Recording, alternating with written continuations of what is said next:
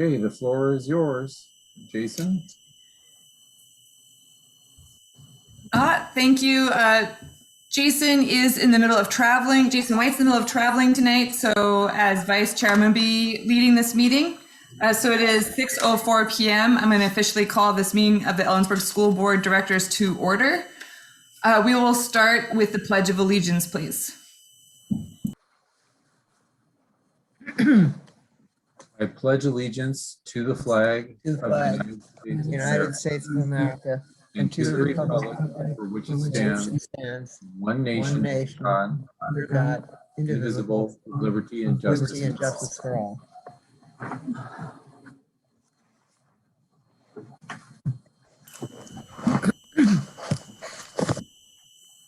Thank you. Before I introduce the board members, I would like to remind the public why we are meeting in Zoom. So while being in phase 2 allows for public meetings to take place, it is only allowed if the organization can do so with necessary restrictions. Implementing the restrictions places undue hardships on the district, both financially and with staffing. Additionally, the restrictions require those wishing to attend must pre-register for the meeting. That is out of compliance with RCW 4230-40, which states, conditions to attendance not to be required. A member of the public shall not be required as a condition to attendance at a meeting of a governing body to register his or her name and other information, to complete a questionnaire or otherwise to fulfill any condition precedent to his or her attendance. Thus, the Ellensburg School District Board meetings will continue via Zoom until such time that Proclamation 2028 is repealed or additional guidance is provided from the state. All right, thank you. Now I'm going to introduce the board members. Tonight we are joined by Hilda Peña-Alfaro, Meg Ludlam, Dan Schisler, Jason White, I am Tasha Woods, and our student board reps are Olivia Berthen-Cook, Jade Burrows, and Superintendent Haber is in attendance along with various district administrators. All right, board, we do have a change to the agenda. Superintendent Haber? Yes, I'd like to add an action item to the agenda tonight, which is to present to you our recommendations for the starting dates for elementary and secondary as far as bringing back students 5 days a week and moving to that model for the parents who said that that's the model that they are wanting for the virtual, that it includes the virtual academy parents who said that they wanted to be in that model as well. And we'll be asking, I'll do a presentation of those dates and then ask for you to take a vote on it. This was agreed upon in the study session, so this doesn't need a vote at this point to be added to the agenda. We can now add this to the agenda. This item will be added to the agenda, and we will follow up with this item with a public comment period, and there will be our regularly scheduled public comment period also. So there are two options tonight. Board, any questions or concerns? Okay. Then we are up to the consent agenda. I move that we accept the consent agenda as presented. I second. Dan has moved and Hilda has seconded. Any discussion? Then with a roll call vote, Meg? Aye. Dan? Aye. Hilda? Aye. Jason? Aye. I also vote aye. The consent agenda is accepted.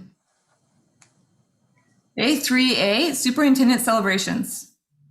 Yeah, so tonight we are celebrating Morgan Middle School, and we have Michelle and Mike McCloskey here. Michelle Bibish, our principal, and they have just done an absolutely amazing job of integrating strategies to help support our English language learners, as well as they have done an exceptional job of reaching out to all of their students and really ensuring that they have made contact with every single one of their students during this pandemic. And so just really wanted you to have a chance to just hear about the great work that they're doing. So Michelle.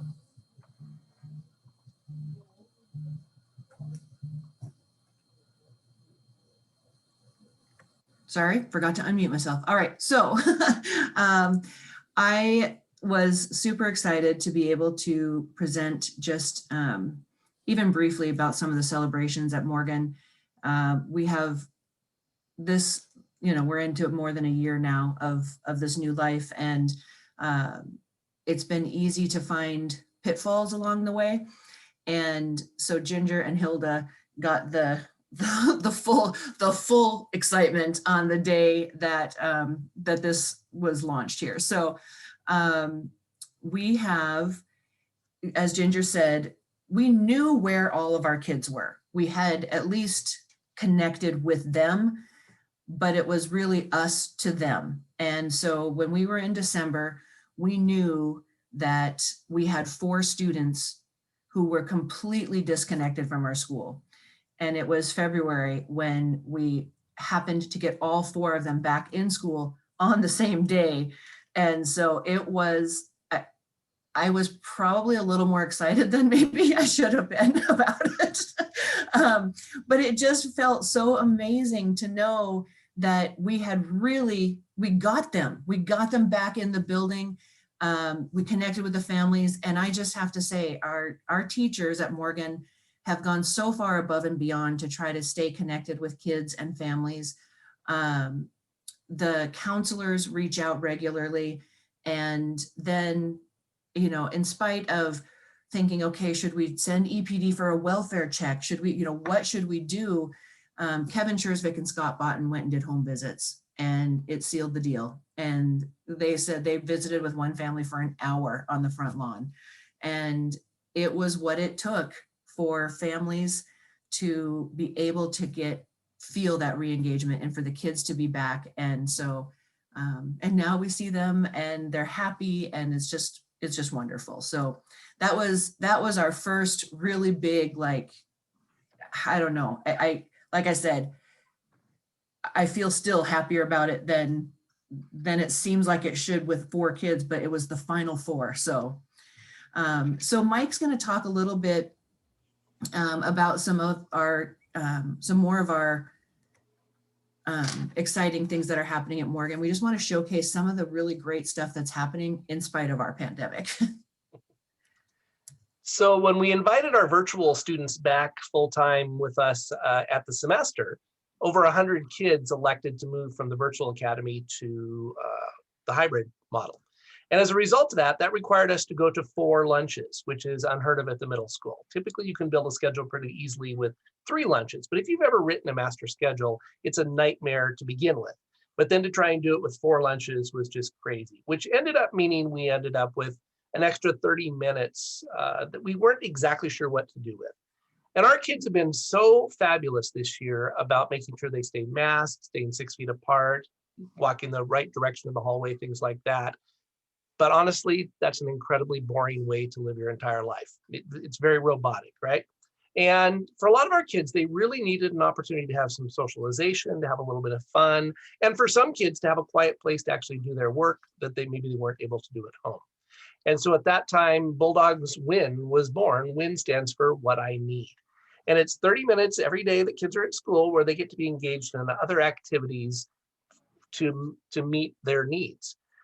They could be a study hall time, a quiet room where they can do their work, but it could also be fun activities like walking, doing puzzles, Minecraft, playing cribbage, doing art projects, doing silent reading. A lot of our kids really just don't even have time to read silently for pleasure.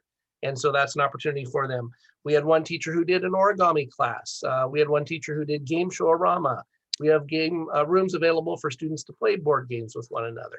And a lot of our students have reported it is their favorite time of the day because it feels normal to them. It feels like it's an opportunity for them to get that socialization that is so very important at the middle school level.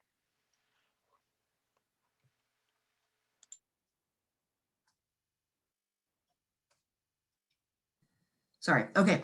So I'm going to owe a lot of dollars in the jar after today. So we had this really cool opportunity that I didn't even know existed. Rebecca Wassel, who is one of the parents of our students, happens to have Chase, who's a 6th grader, emailed me and said, hey, just want you to know we've got these kids participating under the umbrella of MMS. And I said, sweet, what is it?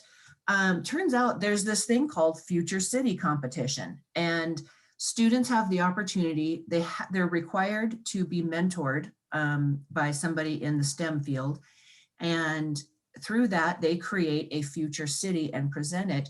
And so 3 of our 6th graders had the chance to do this because Rebecca, Chase's mom, said this year they were allowed to have a parent act in the teacher position because of the COVID restrictions.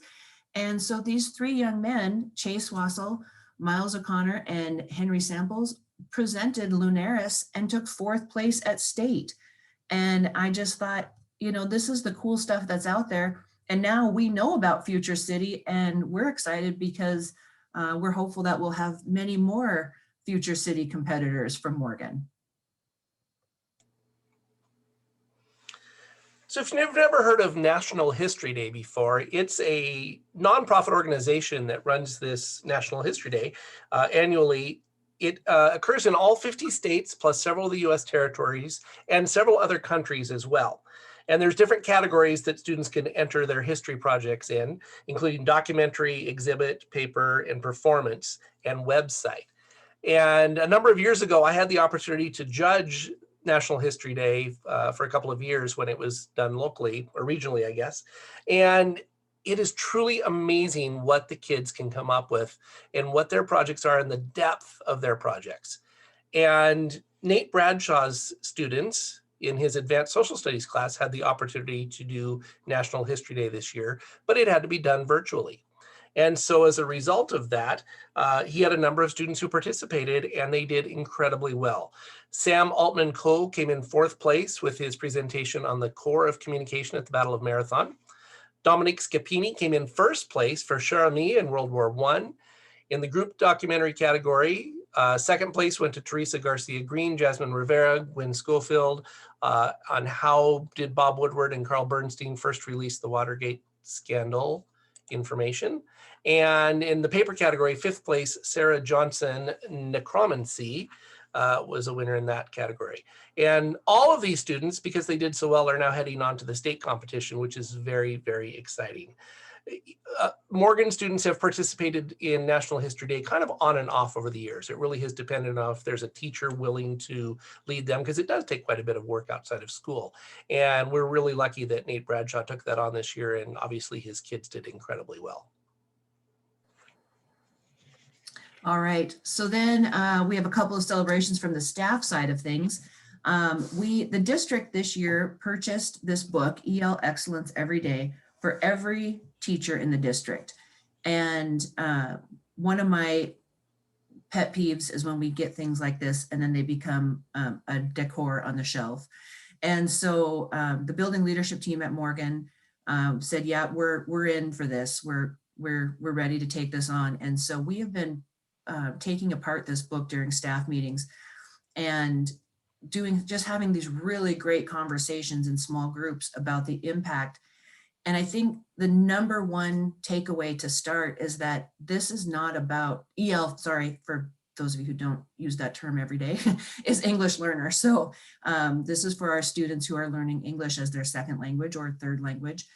And so the bottom line though, is that this is just about good teaching, and good teaching is good for every single student. And so the author does a great job of speaking about, kind of taking the mindset of, why do I have to do this? I don't have EL students in my class. And the reality is that this is all really just great instructional strategies. And so I just put a couple of comments about, when teachers were asked to talk about what's their next steps, talking about maintaining high standards for all, and that tendency we have to maybe inadvertently or out of good intention, lower the bar for students in some cases, just wanting them to achieve, but really let's keep the bar high and help them get there. And that's what this book is really going to help us do. We really want our students who are bilingual to see the asset that really is. And so that's one of our big goals over the course of the next year.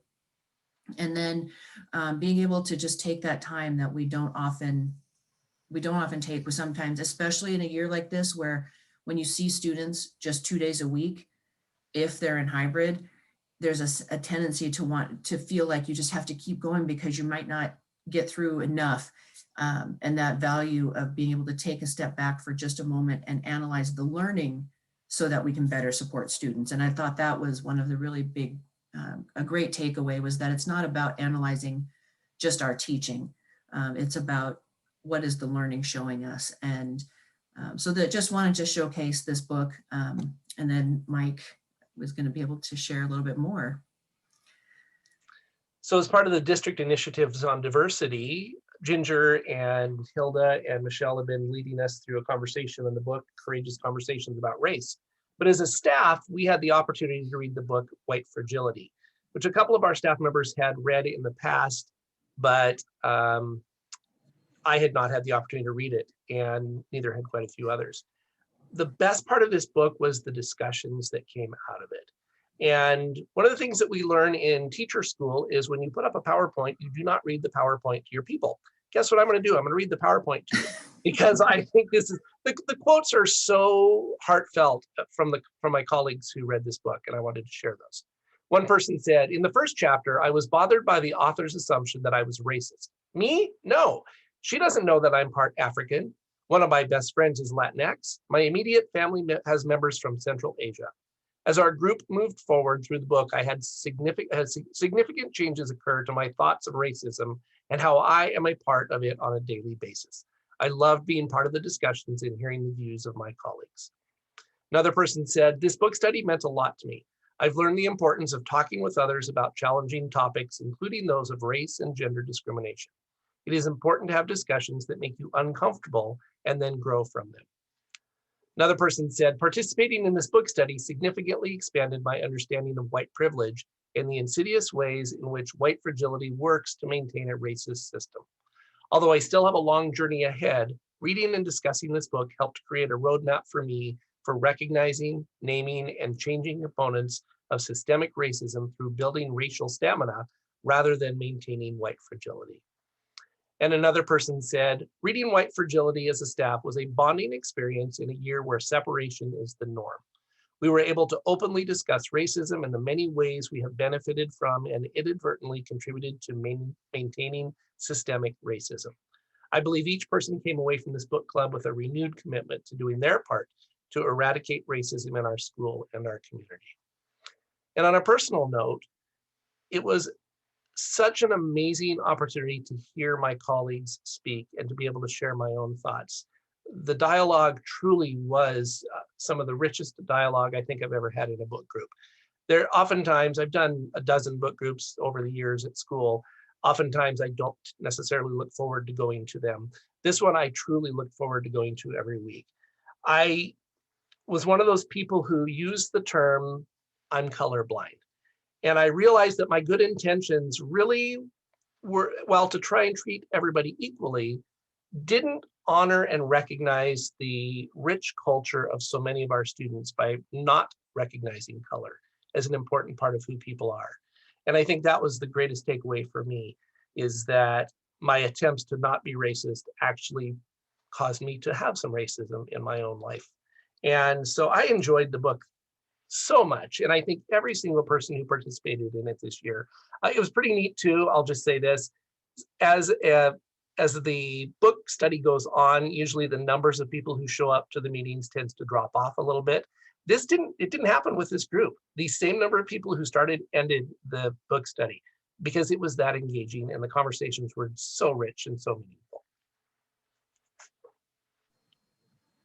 All right, I will stop sharing, but we are open to any questions that you maybe have about some of the fabulous things happening at Morgan Middle School.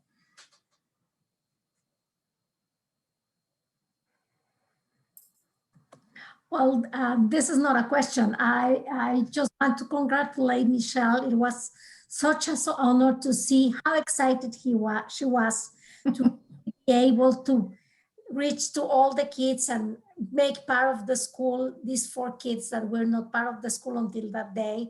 And it was awesome to see her excitement and her commitment to work. So I want to acknowledge that. Congratulations.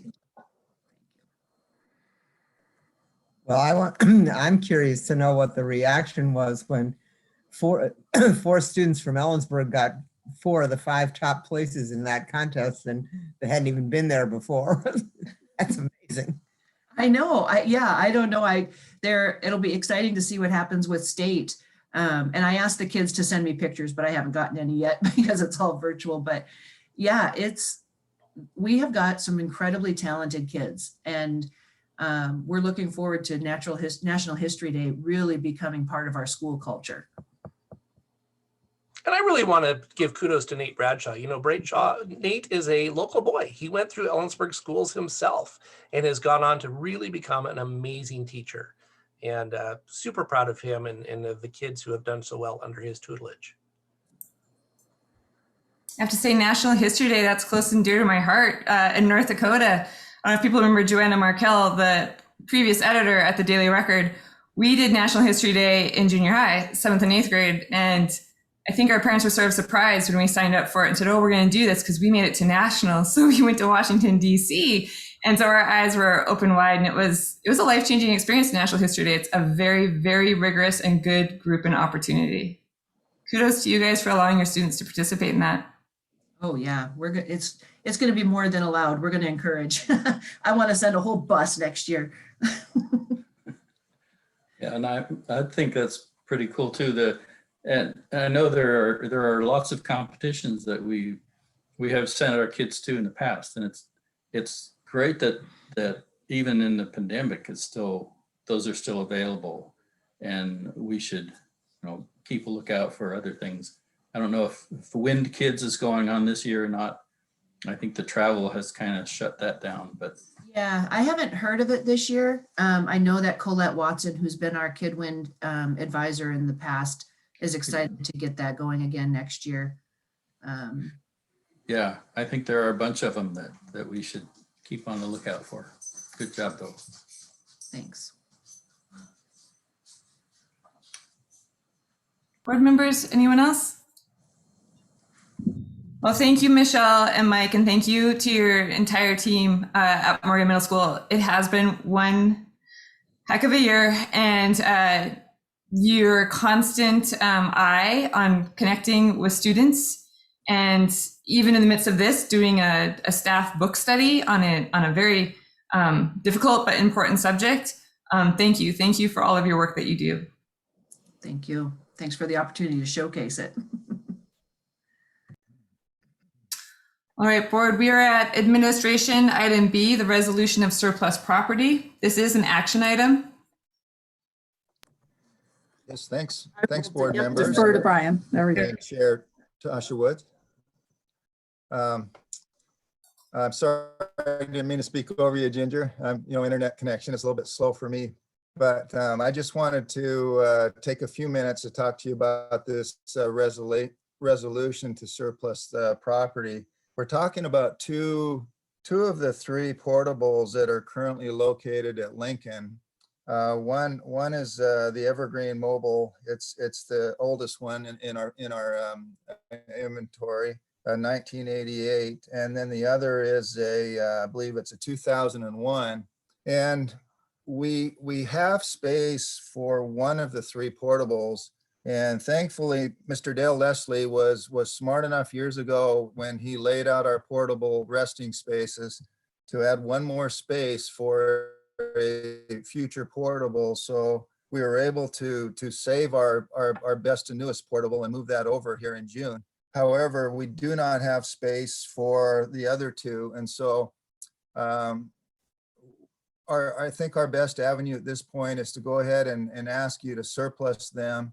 And then I've already been getting all kinds of calls for districts that are scrambling for extra portables out there because with COVID and the need to add more space and spread students out, there's a lots of demand for these portables. And so I think the best thing to do is to go ahead and the other option, of course, is to let Garco, our contractor, just demolish them. And I think there's value in these portables.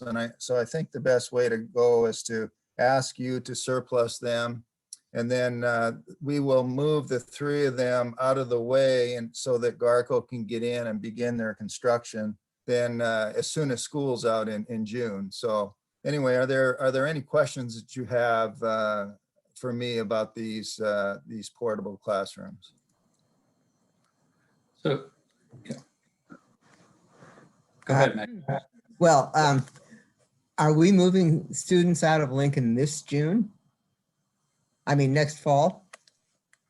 Will the students? Great question, Meg. So in order to get Lincoln finished by September of, I guess it's going to be 22, we need to start construction in areas that we can in Lincoln over the summer.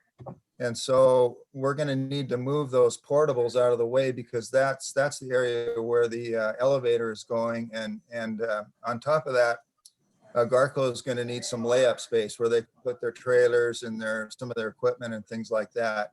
So we're doing our best to accommodate their schedule so they can in turn get us into our new building by September of 22. So what we're going to do is there's 4 kindergarten classrooms there, and there's 2 special education classrooms. We're going to ask Peggy Kelleher, who's been wonderful, and her team to work within rooms available within Lincoln for the first, maybe month or a month and a half until we can get them moved up to Ida. But the 4 kindergarten classrooms, we will have space for them up at Mount Stewart in the portables there. So unfortunately, we're going to have to ask our kindergarten teams to move up to Mount Stewart in the portables there for the first month or month and a half of the year. And then once Ida is finished and the building's turned over to us, then they can then join the rest of their Lincoln staff and students in the brand new Ida Nason Aronica Elementary. So that's a great question.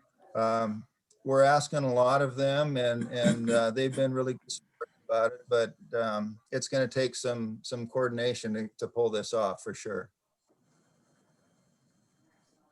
Thanks, that clears it up. Okay. Yeah, and so if we sell these to another school district, are they going to come and get them, or how does that work? Yeah, so Dan, we have already contracted with a moving company to move these portables. And that was when we found out in working with the city that it was going to be too costly to try and find other places because of the need to create parking and some roadways and some things like that. It just became too expensive to relocate them where we wanted to. So yeah, it's tell me what was the first part of your question again?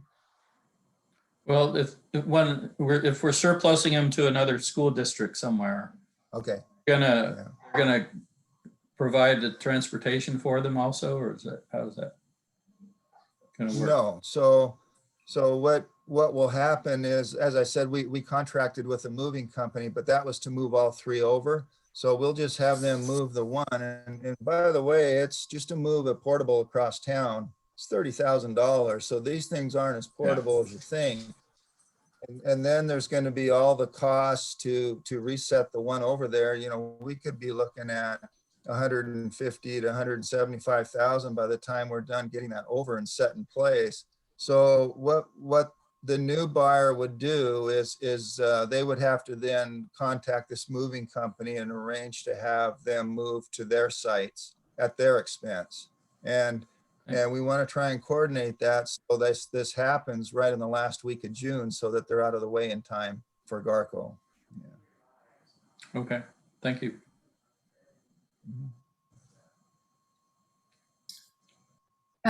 Any other questions from the board? Okay, board, as a reminder, this is an action item. I move that we approve resolution for surplusing property. 9/3/21. And I second. Dan has moved and Hilda has seconded. Any further discussion? Okay, then with a roll call vote, Dan, Aye. Meg, Aye. Hilda, Aye. Jason? Aye. I also vote aye. So the motion carries. Thank you, Brian. Board? Board, we're now at 3C, start dates for in-person schooling. Ginger? All right, well, thank you, board. Appreciate the opportunity to add this to the agenda. And I want to start by just painting the context. We're going to basically come to you and ask you, have two recommendations of two dates, one for elementary and one for secondary schools that we would like for you to vote on and approve as far as the ability to be able to bring back students 5 days a week in person starting on these dates. But to start, right before spring break, I asked principals to start taking the temperature and talking with teachers about how could we start thinking about bringing more students back throughout the week. And we had groups of teachers that were excited about it, that went to their principal and said, you know, we're ready to do that now. Like we really understand the need for bringing our students back as much as possible. And certainly that is a value that we have here in Ellensburg. We know that the virtual environment has definitely worked for some students. We also believe that for that social emotional piece in particular, especially at the elementary school level, but I would say it's important at secondary as well. It's to have the opportunity to bring our elementary students back 5 days a week would really be ideal. And as you know, a factor that had been keeping us back from being able to do that was this 6-foot rule, the rule that we had to place desks 6 feet apart during class. And that really limited the number of students that we could bring back, which is why we had to go to the hybrid model. And so, as you know, so the CDC changed their guidelines on Wednesday of spring break. So the timing was not really very ideal on this, but we're excited that it happened. CDC changed the rule that basically said that what their science was showing is that there really wasn't that much of a difference between 3 feet and 6 feet as far as the transmitting of disease. And so they said, you know, that 3 feet would be sufficient, especially at elementary and at secondary, you know, if the infection rates were at a certain level. And so that happened on Wednesday. And then, as you know, Governor Inslee at the end of the week officially adopted the CDC recommendations and gave schools across the state the opportunity to place kids 3 feet apart in classrooms. And so during spring break, Jeff Whitney and Dale went out and measured all the classrooms, and pretty much in every classroom in Ellensburg, we are able to, at least we're just talking about elementary right now, we're able to space those desks 3 feet apart and have a full class. There are a few classrooms that are a little bit smaller, so we know that once we get our numbers in, that we're going to need to do some adjustments different places, but we believe that we'll be able to move forward and do this. And so right after, well, during spring break, there were some principals that were available, reached out with them, met with EEA leadership several times. And so I am officially recommending to you that the official start date for bringing all elementary students back 5 days a week be April 19th. We initially put out April 12th in the communication that went out at the end of spring break as a tentative start date. And it was very clear in that communication that it was a tentative date. And we felt it was really important to have a goal to aim for as far as bringing students back. And then after several discussions with elementary teachers, and I really appreciate them, they were very thoughtful in their feedback that they gave us. And we also met with EEA representatives. We now have a tentative agreement with EEA to start with elementary school students, bringing our students back 5 days a week, again, starting on April 19th with all the same safeguards in place. We found after talking with teachers that we really needed to have that extra time. We did put out a survey to all of our virtual academy parents and gave them an opportunity to choose to come back to the 5-day-a-week model. And it was interesting. We have about 267 elementary VA parents, and we had 200 right away fill out the survey. So huge thank you to our parents for filling that out right away. And those results showed about a third of the VA parents saying that they'd like to keep their children in a virtual academy. About another third of those parents saying that they would want to have their students back in school 5 days a week. And then another third of those parents said that it would depend on what happened with their classroom teacher. If their classroom teacher was a virtual academy teacher and went back to teach in person, that they would want their child to stay with that teacher. So the results of the survey too really dictated a need to have more time to really sift through the data and really ensure that we could open 5 days a week in the most smoothest transition and make sure that we have all the safeguards in place that need to be in place. And I really have appreciated the opportunity to problem solve with teachers and EEA. And I 100% support the start date of April 19th. Again, we believe that the start day will provide the smoothest and safest transition for elementary students. I also want to acknowledge that the transition for all teachers is a real heavy lift. And I think especially for our virtual academy teachers, many of their classrooms have like furniture that was stored there, and they literally have to come back and completely set up their classroom again. So I really want to honor all of our teachers, and especially VA teachers' amazing efforts this year. And, we're working together with our principals, our staff, and especially our VA teachers to help this transition to be successful. So all we're asking for is to approve that April 19th date, again, for the start for elementary students. We continue to work with and negotiate with EEA to kind of flesh out the rest of the MOU and all the other types of supports that need to be in place. We had 2 great meetings today. One was with EEA elementary teachers and EEA leadership. And then we had another one with kind of a question and answer session with elementary teachers. And again, just really appreciate the feedback. Just really shows, I think, the power of our ESD team and listening to each other and making adjustments and really working hard to make it a successful transition. For secondary students, we know that the CDC guidelines are a little different for secondary. With the schedules that we have, we are not able to cohort students. And right now, the infection rate in Kittitas County is above the metric that we need it to be at to be able to open with the 3-foot rule at the secondary level.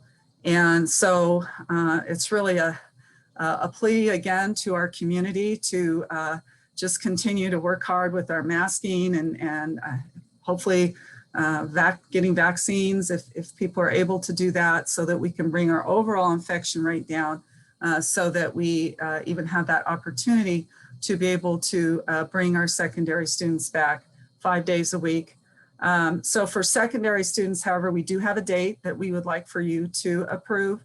And so I'm recommending, and this date was also TA'd by EEA, I'd like to recommend April 26th as the official start date for secondary students. And this is assuming that Kittitas County Public Health Department and CDC, that Kittitas County Public Health Department fully supports the opening at that date, as well as that we're hitting the metrics that we need to hit with the CDC guidelines. So again, it's April 19th for our elementary students and April 26th for our secondary students. And when we have the rest of the MOU language in place, we will bring that to you as well. Thank you. Board, just as a reminder, we do have public comment before we take our vote on this. So if anyone has any clarifying questions that they would like to ask of Superintendent Haberer, now we can do that, and then we'll have public comment, and we can also discuss before we take our vote. Dan? Yeah.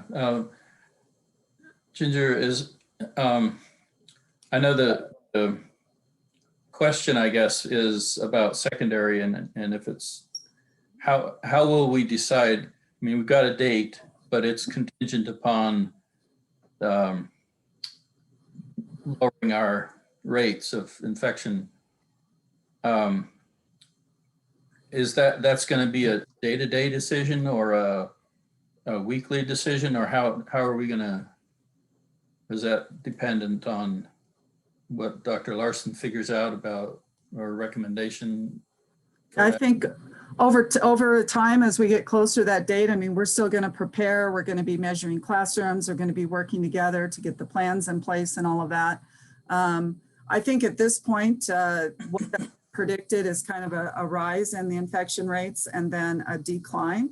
And so if in fact that trend happens the way, you know, I think Dr. Larson has mentioned that a couple of times, that he's predicting that maybe it'll go back down again, then April 26th will be a good date. And if it seems like it's rising, and, you know, the week before we have noon Zooms with Dr. Larson every week. So I think that we'll be just looking at it, you know, overall.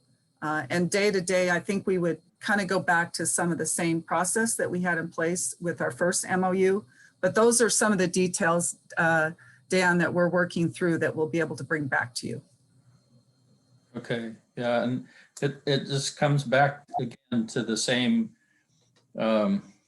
community awareness that, you know, we as a community, if we want our kids in school, we have to be careful. And that means washing hands. It means wearing masks.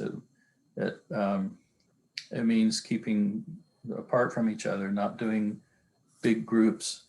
And it's not, wearing a mask is not to keep you from getting sick. It's to keep you from infecting someone else if you happen to be sick. And we don't know if we're infected or not for several days before it. That's true. So you could be out there talking with your friends and passing it on to them without knowing. So that's why it's so critical to keep being careful with how we interact with each other, for at least for a while yet, until we get a whole bunch more people inoculated. Yep, I appreciate that, Dan. I agree. Well, this is amazing news that we have the possibility to make our kids come back to elementary level on April 19. And I really am thankful for all the work the administrators and teachers put, even working during spring break. And I would like to second what Dan said, as well as Ginger, that we are a community, we are all interrelated. So it's in our hands to make the kids from secondary level come back on April 26th. We definitely can do that. We have to be vaccinated, washing hands, wearing our masks, and keep distance. So if we work as a community together, we certainly can accomplish that and have our kids back to school on April 26th. We'll be like that. Thank you, Hilda.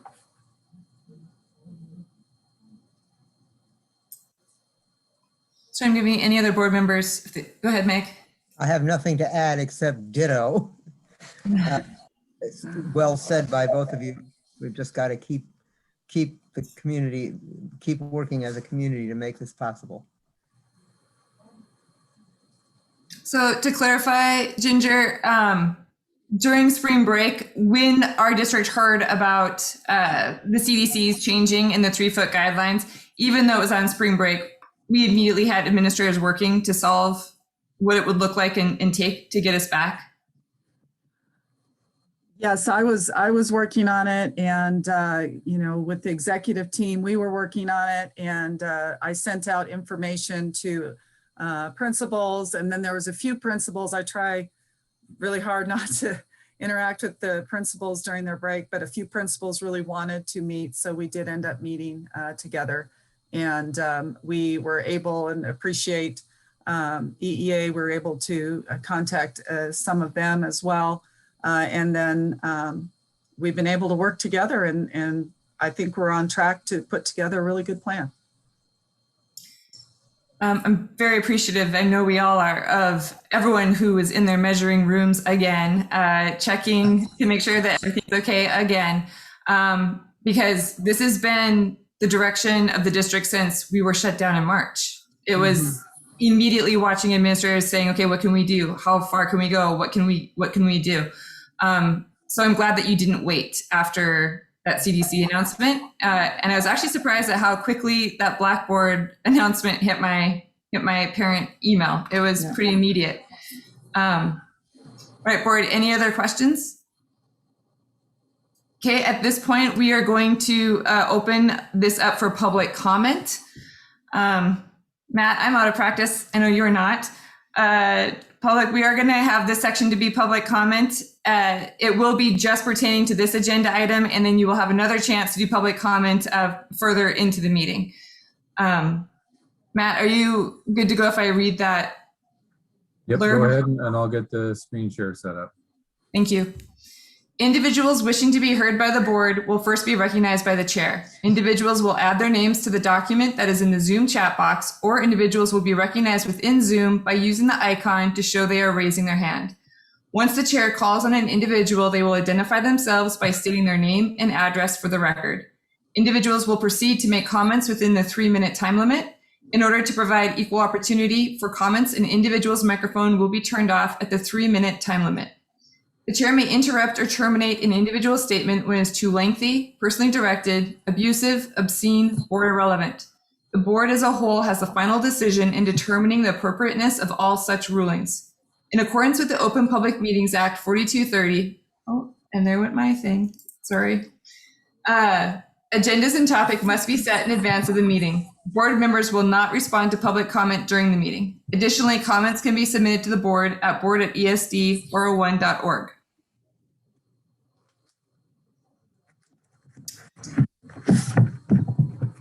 Okay, the first person that I have on the list is Corey Wright.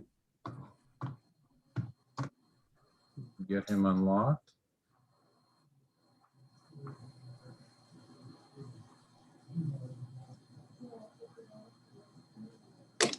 Corey, you've been Yeah, good unlocked? evening.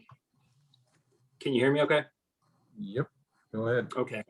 I have only heard that about 9,000 times in my own job over the last few months, so I apologize for having to ask that.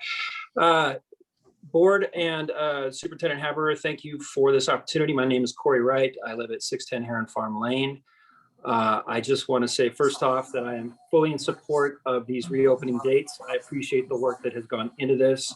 As you know, the Board of County Commissioners, along with the superintendents of every public school in this county, and board presidents from 2 districts, as well as first responders, our public health officer, and our chief medical officer at KVH, all supported the 3-foot ruling from the CDC.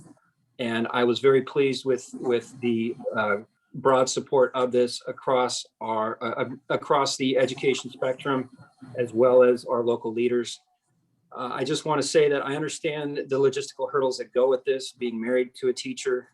She is right now grappling with how this is going to work, but I am pleased that this is a broadly supported measured by our educators who I've been in contact with. I know that they want to have our students back in school 5 days a week. I am pleased to hear that. Our community is struggling right now, especially as we move towards our first metric measurement date, April 12th, to see whether we stay in phase 3 or move back to phase 2.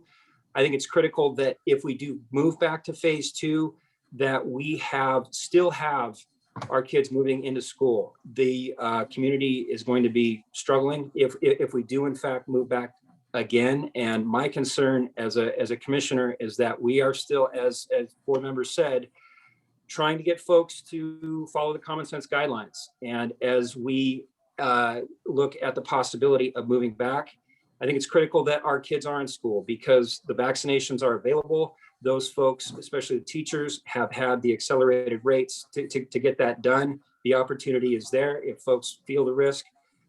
There's no reason why they can't go in and get that vaccination.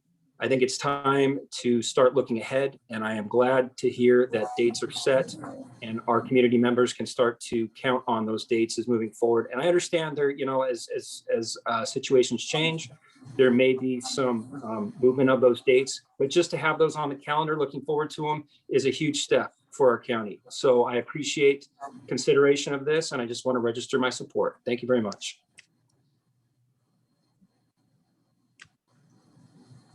Thank you, Corey Wright. Okay, the next person I have on the list is Donna Grassel.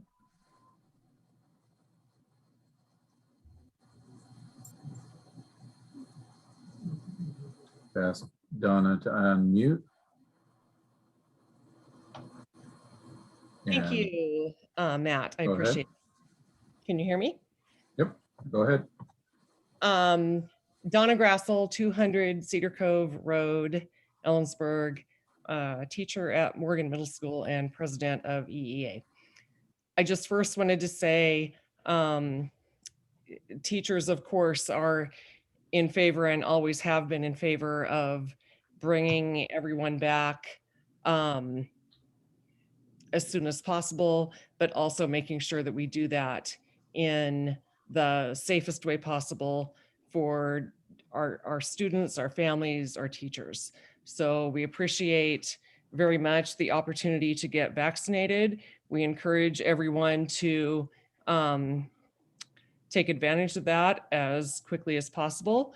I encourage anyone who's available to go volunteer at the vaccine clinic because I did it during spring break and it was awesome.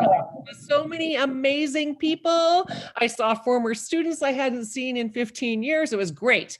So if you have the time, volunteer. They are wonderful and it feels so good to be part of the solution. So that's a great opportunity. And I just wanted to also quickly say that I appreciate the collaborative effort with district admin and EEA leadership in moving forward with this. Thank you very much. Thank you, Donna. Just double checking the list and making sure that no one has their hand up.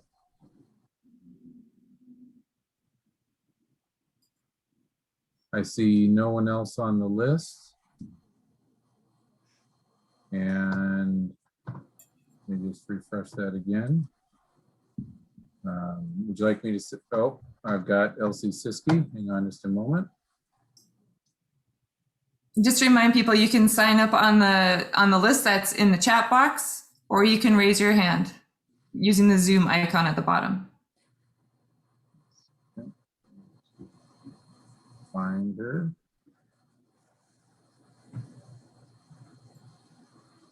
Okay. Ask Elsie to unmute.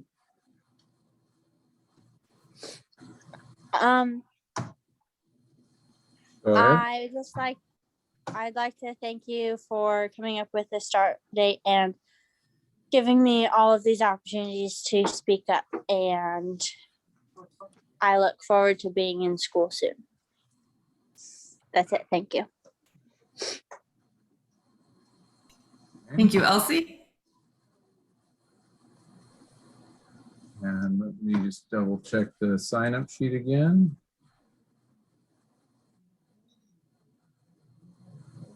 I see no one on the, oh, I've got Angela. Hang on just a moment. Asked her to unmute. Okay, go ahead. Thank you. Sorry, my cell phone's about to die, but I also just wanted to say thank you to Ginger and to everyone for, you know, having to listen to me for the last couple of months, asking, begging, pleading to get the kids back, and everyone's hard work, even over spring break. I really appreciate it. And I look forward to my kids going back, and I look forward to having my middle school students back soon too. So thank you. Thank you, Angela.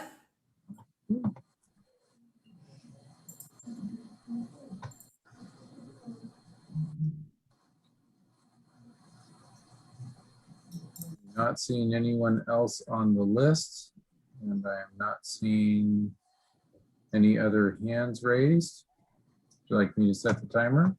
Yes, please. So we're going to set a timer for 30 seconds. That gives you 30 seconds to either add your name to the list or raise your hand with the Zoom reaction, which is at the bottom of the screen.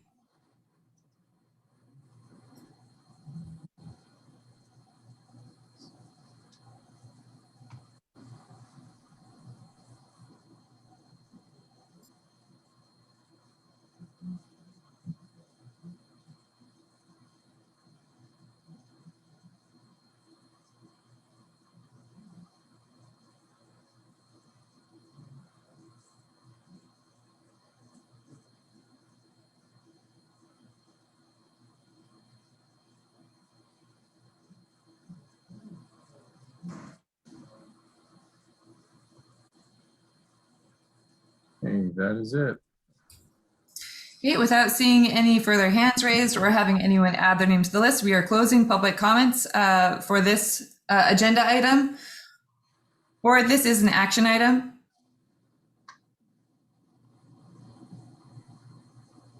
I would like to move that we approve the recommendation for the reopening dates that have been given to us, pending future developments on the secondary side and the community side. I'll second it. Meg has moved and Jason has seconded. Is there any further discussion? I think we're really ready to do this. We've been kind of chomping at the bit for many months, and it's it's time. I agree, Dan. I think it's exciting, and it's with much work and creative thinking that our district is able to take this step. Big thank you to everyone involved, everyone who came to the board meetings to lend their voice and support. Big thank you to district administrators and building administrators who are working, all of our ESD staff, especially a big thank you to our teachers who now are transitioning again, and it's difficult to transition again. And thank you to our families who are transitioning again. But this is ESD, and this is our school. So I think this is an exciting vote and an exciting moment and much needed in our community. Tasha, before you ask for the vote, can I just read back the motion to make sure that I got it correct? Yes, thank you, Matt.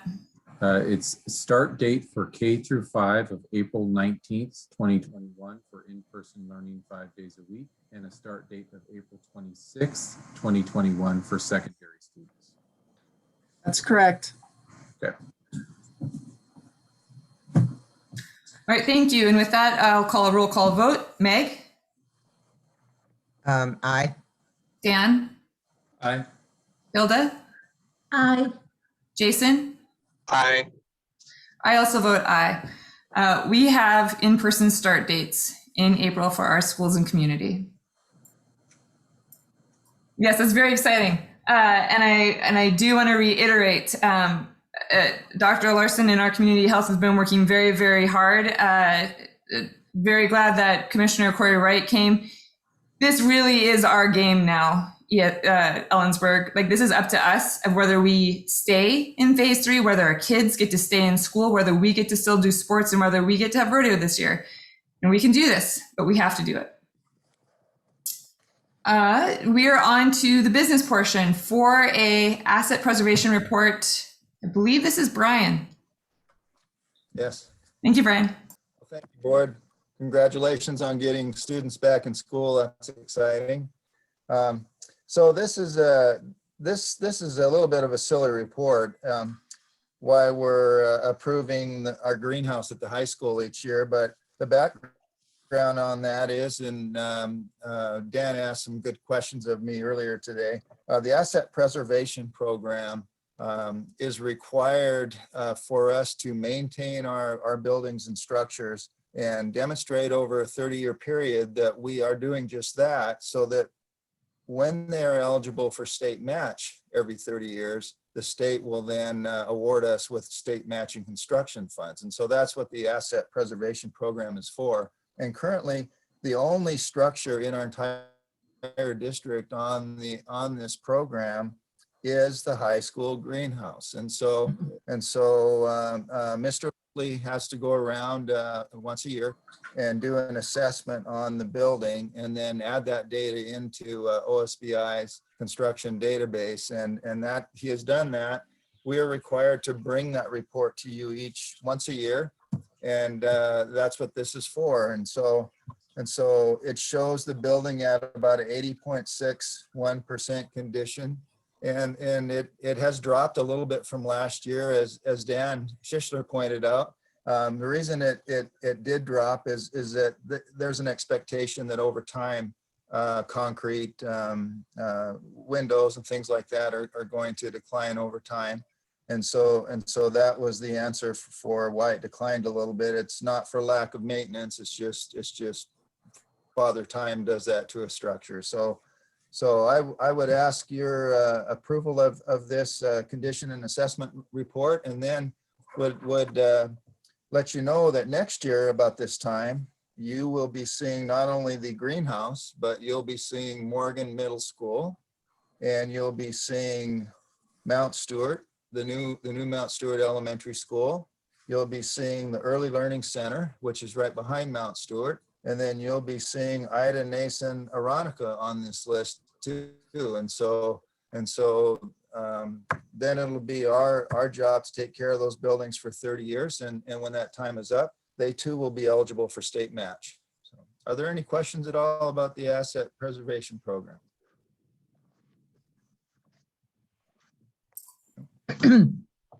No, just a clarification that this is not an action item, but just an informational item. Oh, okay. I don't believe we have to take action. I think you're right, Tasha. Yeah. Why is Morgan only now getting on the list, or is it been on for 5 years and we have to do something? Or the new school, I understand they're joining. Sorry, Meg.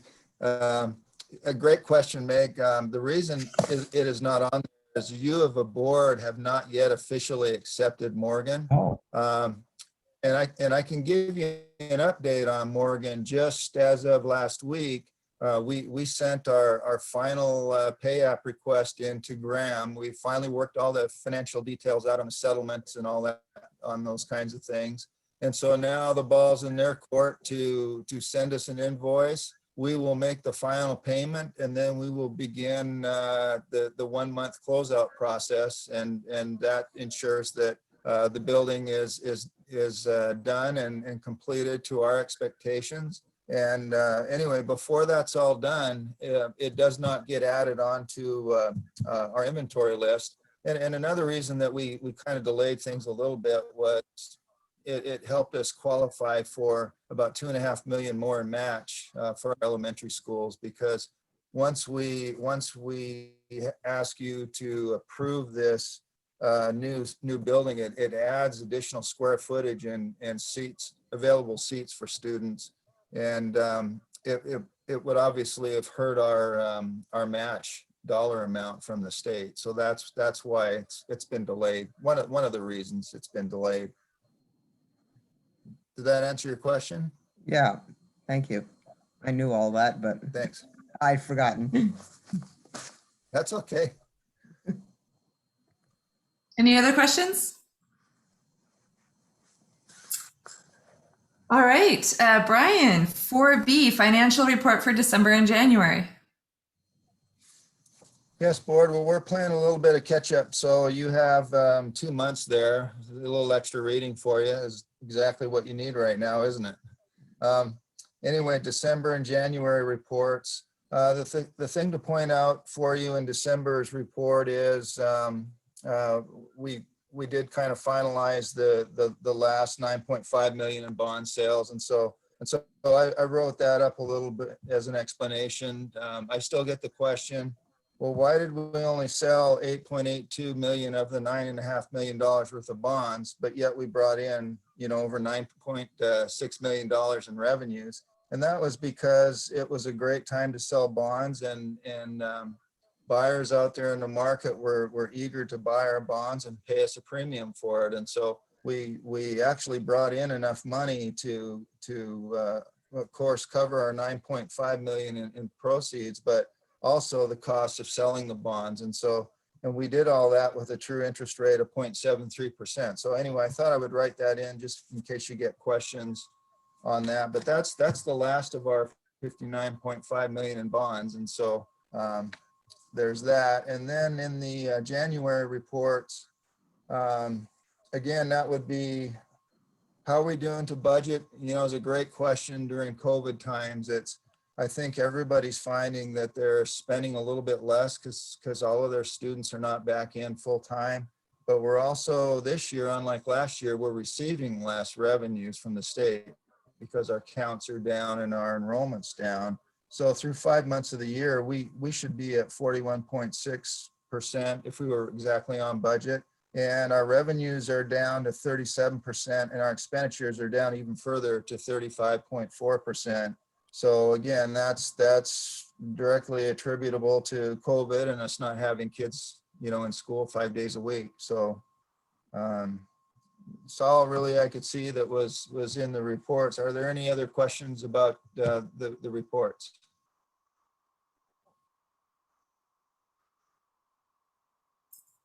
Meg, you're muted. Yeah. Oh, shoot.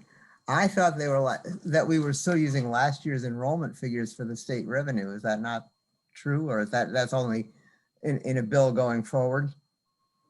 In the legislature? Yeah, Meg, the problem is they allowed us to use last year's average enrollment for last year's state apportionment payments, but this year they switched to actual.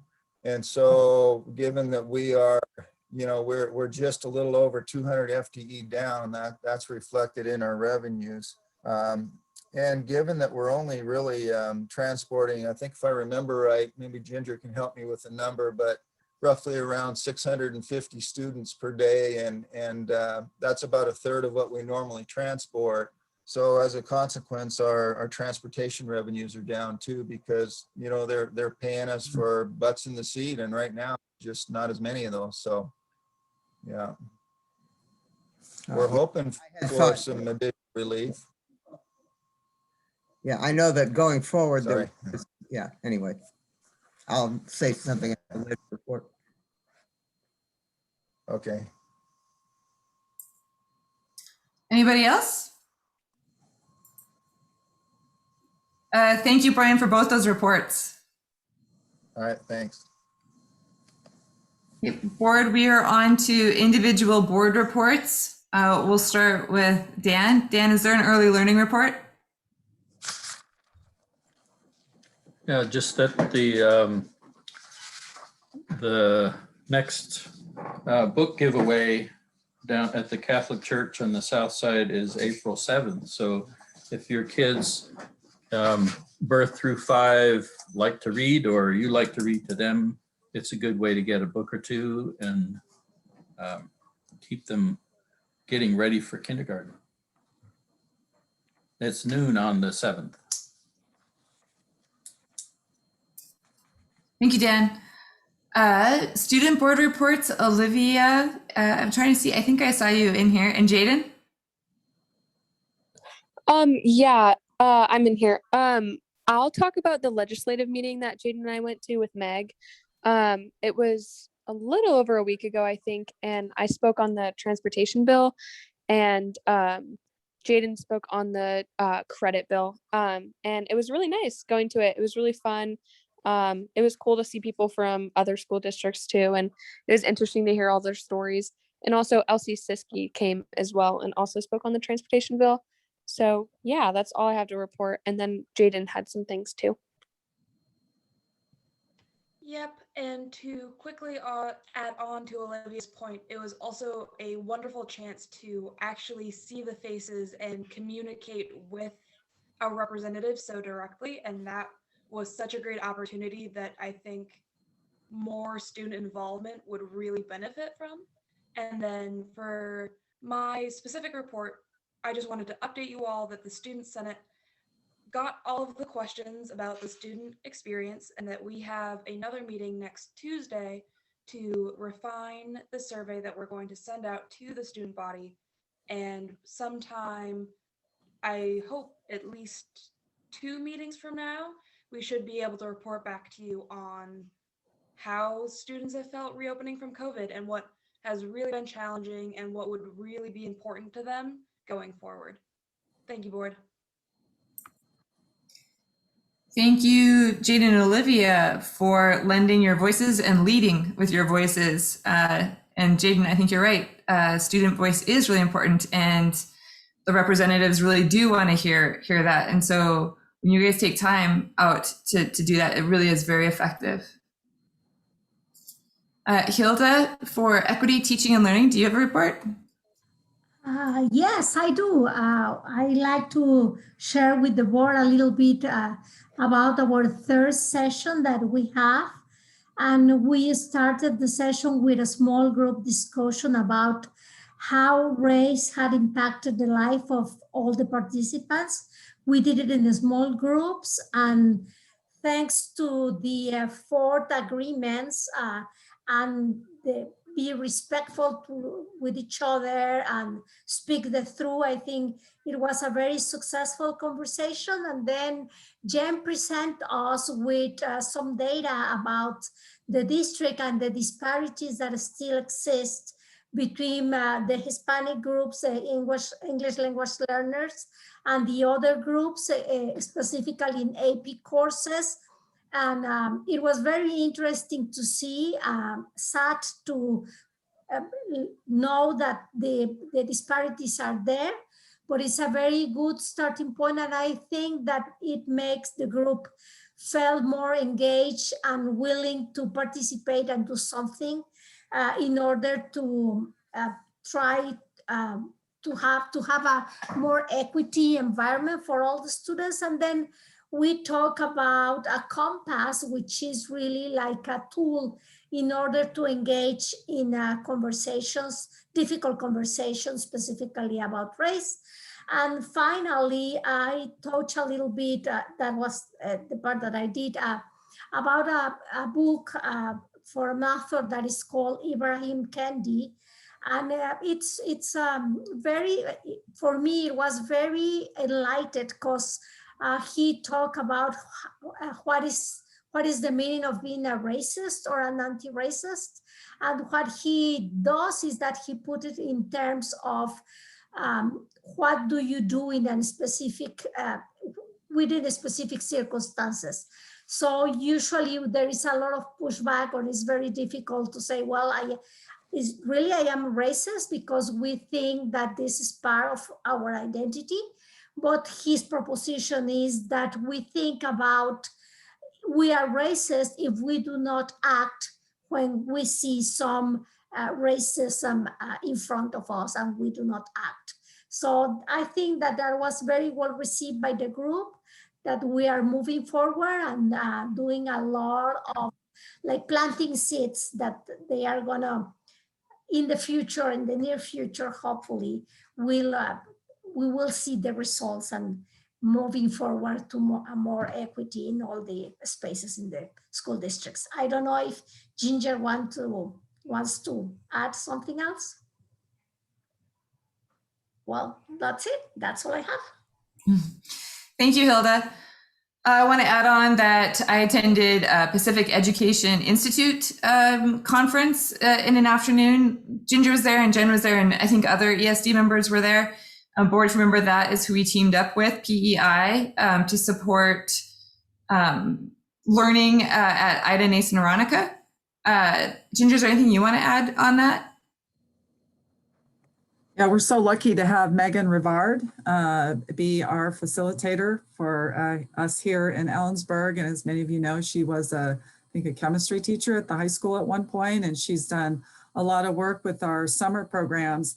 And she's super excited to do professional development really for all of our teachers, but especially for all of our elementary school teachers. And what a great opportunity in the spring. She's going to be having several professional development opportunities.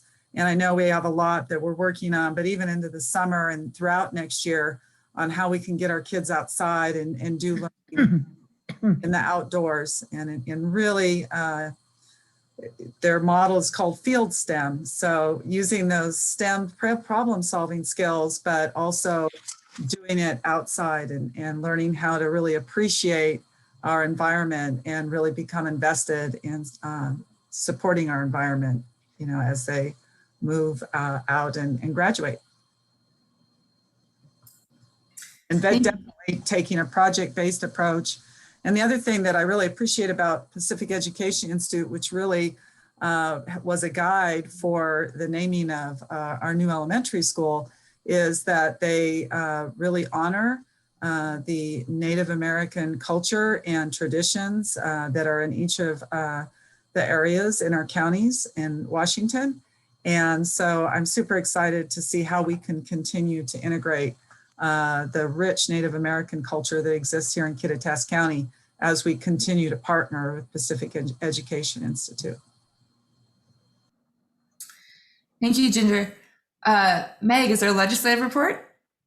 Yes, there is. The legislature is chugging along toward the end of the session. Things are picking up speed as we go along. A few bills that we haven't talked about much, but that we didn't like, have died, which is good.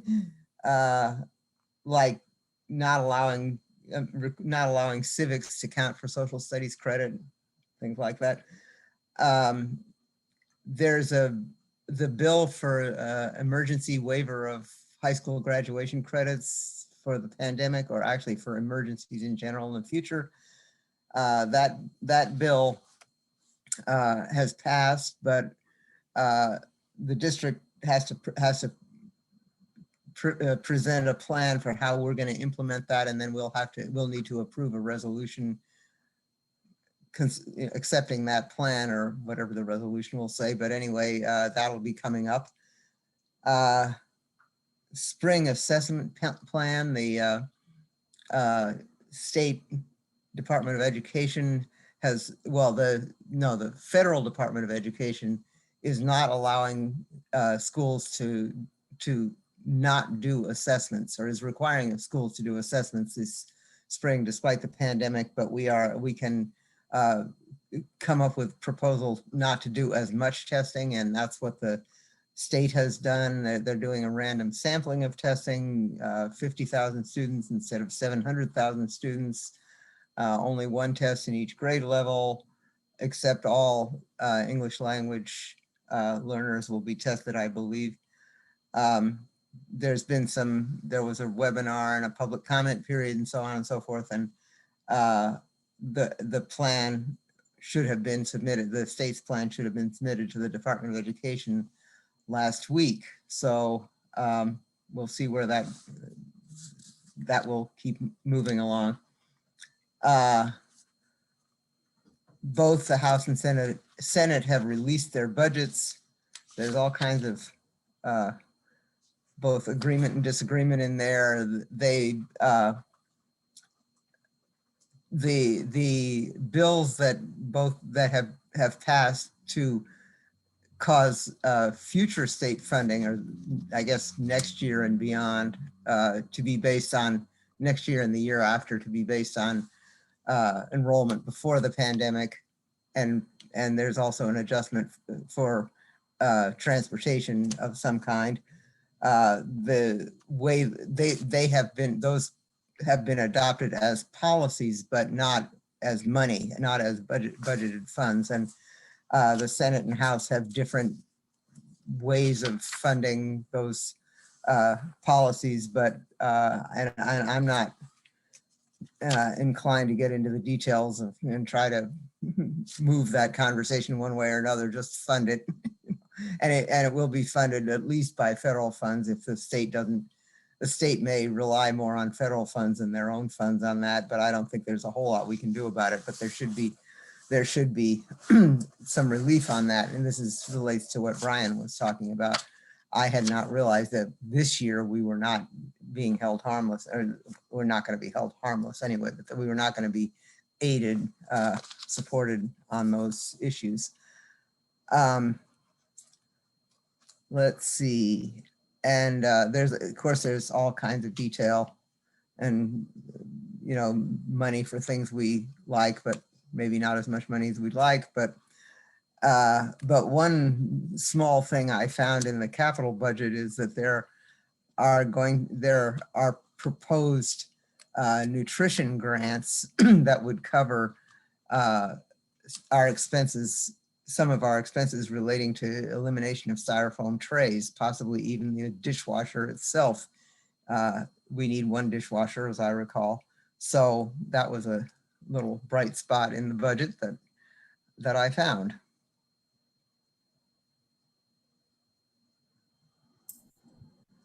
Thank you, Meg, for keeping track of all that. It is a lot on the legislative side right now. So thank you for reporting it back. Dan?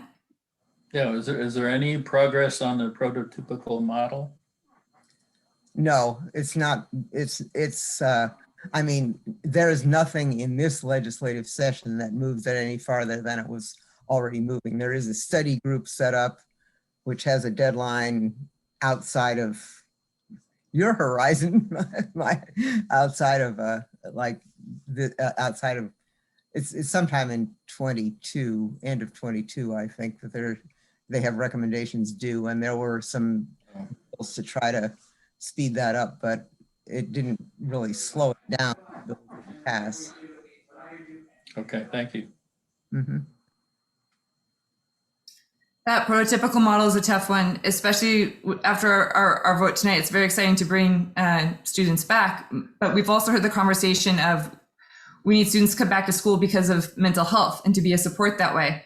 Currently, ESD is not funded for mental health or for our nursing staff at current staffing levels. Thankfully, that is funded by our community, who has passed a levy.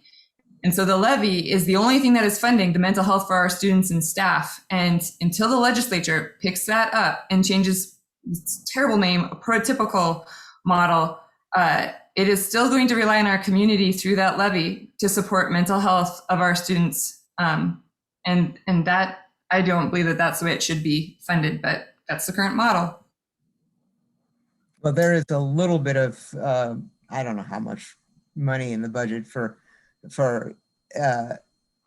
counseling and what's this other thing?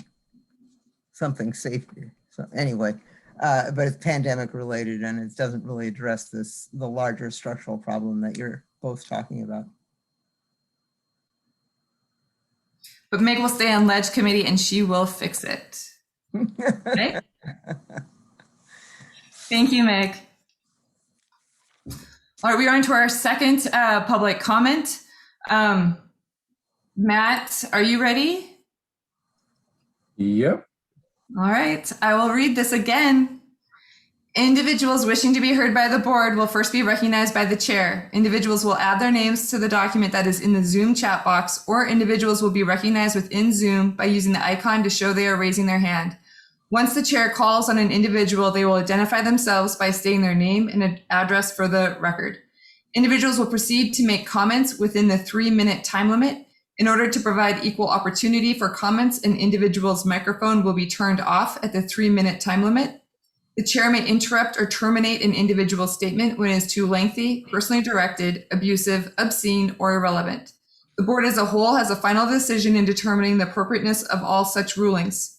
In accordance with the Open Public Meetings Act 4230, agendas and topic must be set in advance of the meeting. Board members will not respond to public comment during the meeting. Additionally, comments can be submitted to the board at board@esd401.org.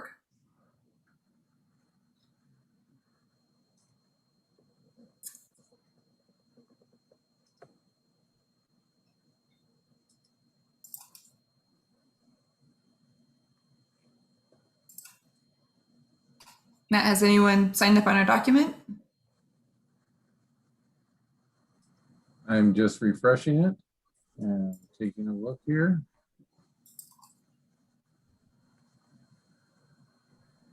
Got no one signed up at the moment. I will repost it just in case someone needs that link.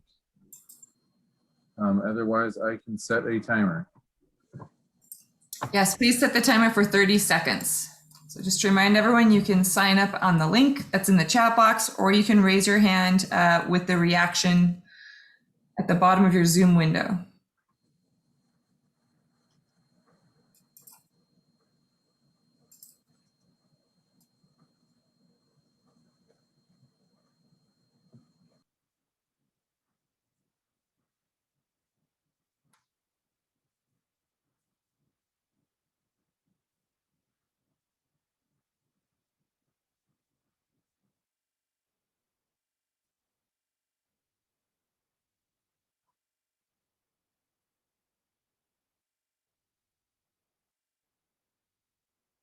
Okay, I have no one that has signed up, and I have no one that is raising their hand.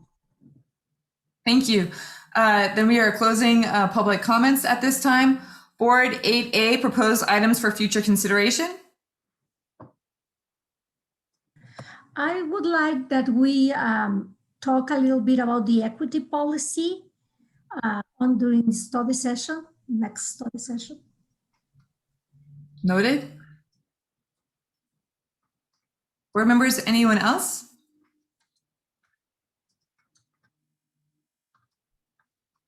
Do we have an executive session? Okay. 9B, board calendar. 9C, clarification and next steps. Okay. D, the signing of official documents. So board member. I do have documents that do need to be signed. So if you could make your way, looking at the list from the last warrants, I have signatures from Tasha and Dan.